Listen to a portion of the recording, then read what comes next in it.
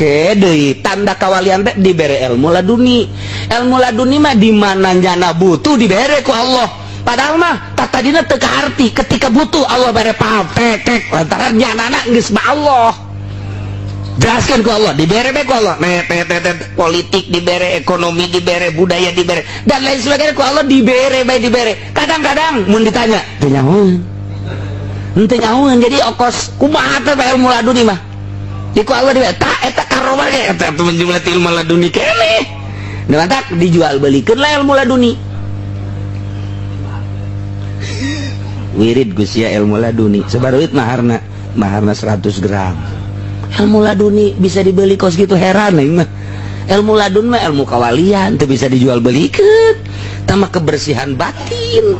Nah, ieu keur carita ala kadar beulanan kadzalika arwahul muhibbin ya fata tuhazzizuha. Waduh, robah lantaran luar biasa rindu. Urang ulah nyaritakeun wali rohna rindu ka Gusti Allah, urang bae hayang boga sekupi bae dedeleuan ka sekupi deui sekupi deui. Rindu ka sekupi, rindu ka mio, rindu ka Avanza, rindu ka kakana Avanza teh nu ngaranna Innova. Eta nya teh eta geus kieu bae kabeuli ku aing, kabeuli ku aing, tinggal milih warna doang. Asal neuleuh bae, net, asal neuleuh net, asal nu dirindukeunna mobil atuh mobil bae di jero hate. Nu dirindukeunna jahe atuh jahe bae.